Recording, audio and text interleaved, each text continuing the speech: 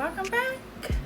Welcome to part 2 of getting a loan signing assignment from a signing service. So this one I'm going to talk to you about is signature closures. That's another one that I get signing closures from. Very popular. Depending on your area, again, depending on your state. So let me walk you through what to expect when you get your first signing. So what's going to happen is you're going to get, once you pass the test, you pass the test that you have to take, obviously. If you haven't passed that yet, you're going to pass the test, and then you're going to be accepted, and you're going to be in the database now according to your area and what you can accept. So you're going to get your first closing, and it's going to come across in a text message, and it's also going to send you an email. And in there, it's going to have the closing date, the time, and the offer of what they're offering for payment. So you can say, I'm available, I accept the offer, or decline. There's accept and there's decline. If you decline, there's going to be a reason why you're declining. Rate not available. There's a fly in here. Rate not available. Time, or you're just unavailable. Whatever the case is. The fee not acceptable for the fee. All right. So whatever you decide, you then can say, yes, I accept the offer. For me, I'm going to more than likely counter offer, and I counter offer. When you counter offer and you decline, I can say, yes, I'm available at 4:00 at this price. And they can accept or decline it. Sometimes they move on to the next person, or someone takes it at that rate. Or what happens is I will get a text message that says, hey, we're working on your rate to approve it. And then next thing you know, they come back and say, hey, are you still available? They'll come back in a little bit, because they know you're not waiting around per se. And they'll come back and they'll say, are you still available at 4:00 at this rate, which is the rate I told them I would accept. And I say yes, and they say, great, we'll send it over to your email. You're then going to get a confirmation email sent to you in your email box. Once you get that email, I'm printing documents now because I just got a closing for tomorrow, and I'm just now getting the documents. Well, I actually had this closing scheduled. But anyway, once you get your confirmation email, you're then going to see that case on your signature closures platform. So it's a platform. You're going to log in. You're going to see the client's name, and you're going to go in. And what's the first thing we're going to do? We're going to call the clients, and we're going to confirm the date and the time, location, and identification, and who is supposed to be present and who's going to be there. All right. So we're going to go in, and we're going to do that within, if you can do it immediately. If you can't do it within, 2 hours at least, but you're doing it that day. You're not waiting for the next day where you're confirming. So when you call the client, you're going to say, hi, my name is, I'm your closing agent for this date. I have a location of this time. I have 2 borrowers. I have 1 borrower listed. Whoever, your signers are going to be, they're going to say, yes, I would like to confirm that you have identification, an unexpired driver's license, a passport. I always ask for 2 identifications just to be safe, because if in your packet there's a uniform bars application, sometimes it asks for 2 forms of identification. So I do usually ask for 2, and I double check, and I say, okay, thank you. This is my contact number should you need me for anything.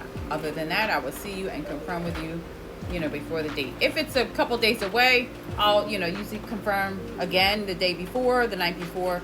If it's not, and it's the next day, I just say, I'll see you I'll see you tomorrow at 4. All right, so you've got your closing, and now what happens? Well, you need the documents.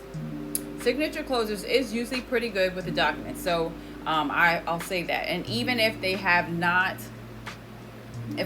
gotten the documents in time, I'm on them. Like this closing is scheduled for whatever, and they're on it. They're right on it. So rarely, and if we don't get them whatever in time, I'll wind up canceling, which I have not had to had to do because I carry my printer with me, but I haven't had to cancel. But once I get the documents, I'm going to look over my documents. Are they, I'm going to print them. I'm going to look through the packet. I'm going to go through each page. Is there money? Am I expecting any monies back? Does a borrower need to give me a check? Are they getting a check back? I look through the documents for these things because it's important. This particular one I'll just go through with you because it's a good example. Put the documents over there. All right, so cash to close instructions, and it gives me instructions in here. There's no names on here. But when you get, when money is due back, there's only a certain fund, a threshold that's allowed, to be paid in a personal check, a cashier's check, certified check, all right? So if it's over $1,000, they want wire only. If it's a cashier's check, less than $5,000, it can be a cashier's check, So they're very specific about how they want the money back, and I've had that happen. Most of the time, if I see that when I'm calling and I do have the documents, they have uploaded them, I'm going to call them in and say, hey, you need to make sure you have a cashier's check. Go to your bank, and the check needs to be this exact amount, like you're giving that to me. It tells you right here, and I wanted to show you. If for some reason funds are due and yes, not available, what does it say? Cancel the signing. Cancel. So we're not doing it. We're not doing the signing if you don't have the money. So as I'm going through this packet, if they don't have the money, it says here, they require the signer to have the necessary funds due at the time of signing. If no funds are due, then proceed, right? So if no funds are due, I'm going to proceed. If they're not, the signer must provide the check value up to $1,000, blah, blah, blah. All right, so you'll see the instructions in there. Just make sure you sign the instructions because they do have a form for the notary. All right, so once you're going through, you've arrived, you've got your documents. Now they're saying they want scan backs, right? They want you to scan. So again, I have previous videos about my scanner and the scanner that I use. I take it with me. If I know I'm scanning back at the table, I'm just going to take my computer, my laptop with me. I use my personal device and I scan back. If I'm not scanning in the house at the table, I'm scanning right in the car, right after. No big deal. You're going to upload the documents. In order for you to close out the closing, the signing for signature closures, you need to say signers signed successfully and close it out. And then you will be able to close out your loan and scan your documents. One of the first things I do is when I get there with the signers is you do what? You ask for your identification because it immediately says upload your IDs. So I'm immediately scanning their IDs, uploading those to the portal, getting that out the way, and then we're going to do our notary book. We're going to sign our signatures. Then we're going to get into the closing. So I do all of that stuff up front first when we first get there. Have your IDs ready on the table.